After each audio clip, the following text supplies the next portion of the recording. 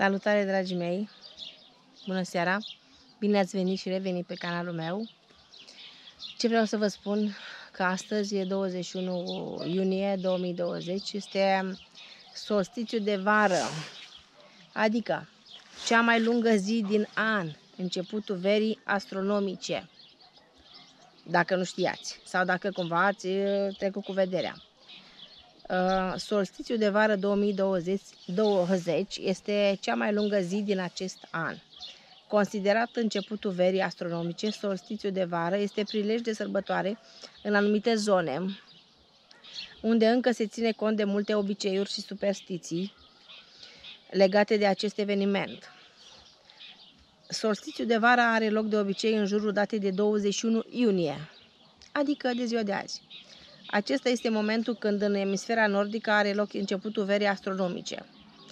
Solstițiul de vară este și cea mai lungă zi din an, mai exact 15 ore și 32 de minute, iar durata nopții este de doar 8 ore și 28 de minute.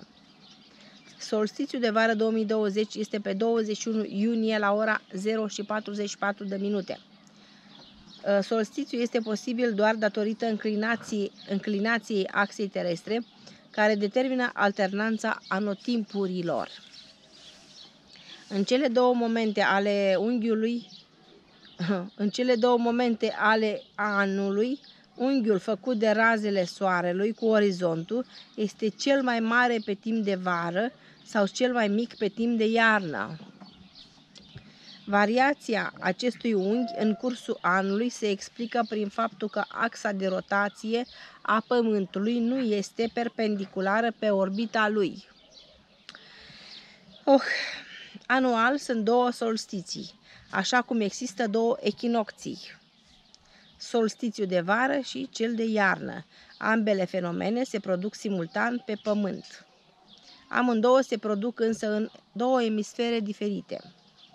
După momentul solstițiului de vară, când este cea mai lungă zi din an, durata zilei va începe să scadă, iar a nopții să crească, timp de 6 luni, până la 21 decembrie.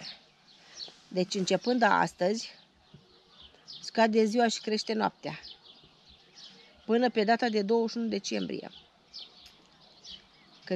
Deci asta e momentul solstițiului de vară, ține după 21 iunie, 21 decembrie. Și când e ziua cea mai lungă și începe să scadă ziua, să crească noaptea. Jumătate de an se întâmplă treaba asta, deci ține 6 luni. Așa. În emisfera sudică a Pământului, fenomenul se derulează exact invers. Ce tradiții și superstiții legate de solstițiul de vară sunt în Românica noastră? Solstițiul de vară este asociat și cu sărbătoarea Sânzienelor, cunoscută în popor și ca Drăgaica, celebrată pe 24 iunie. Deci mai avem 3 zile până pe 24, când urmează Drăgaica. Sau Sânzienele, asociate la rândul lor sărbătorii creștine a nașterii Sfântului Ioan Botezătorul. Sânzienele își au originea într-un străvechi cult solar. În anumite regiuni poartă și numele de cap de vară. Începutul verii astronomice este totodată și momentul în care sânzienele sau elele bune încep să umble pe pământ și în văzduh. Elele bune. Deci sunt și ele rele. Da.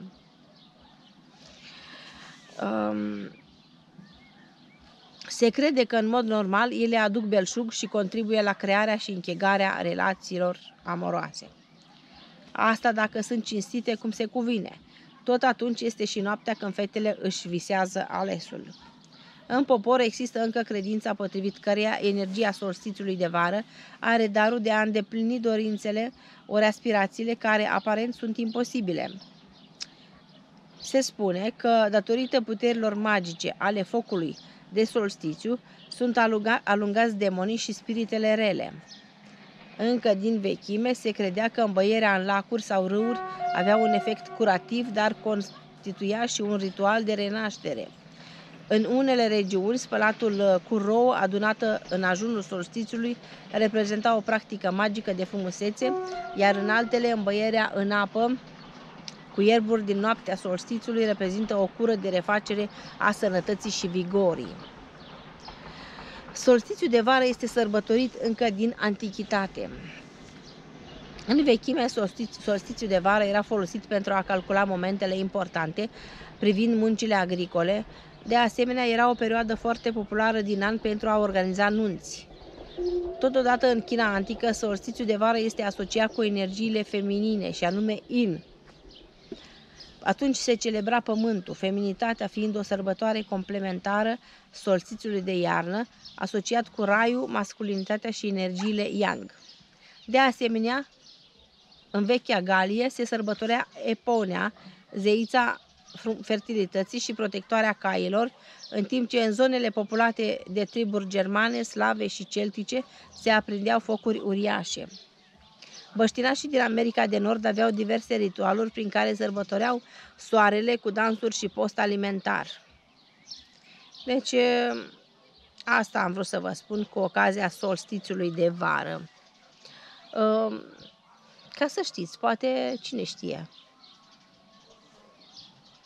poate nu aveați chef să aflați din altă parte și așa de curiozitate mă ascultați pe mine, cine știe, zic și eu. Da, sunt informații pe care nici eu nu le știam, așa că ar fi bine să vă puneți o dorință dintre aia grea, imposibilă. Hai, v-am pupat, o zi bună, toate cele bune. Să-mi scrieți acolo ce dorință v-ați spus și și dacă s-a îndeplinit sau nu. Aștept la comentarii, aștept acolo like-uri, dislike-uri, distribuiri, toate alea știți voi. V-am pupat, o zi bună, seară frumoasă, la revedere. Numai bine, sănătate. Ciao!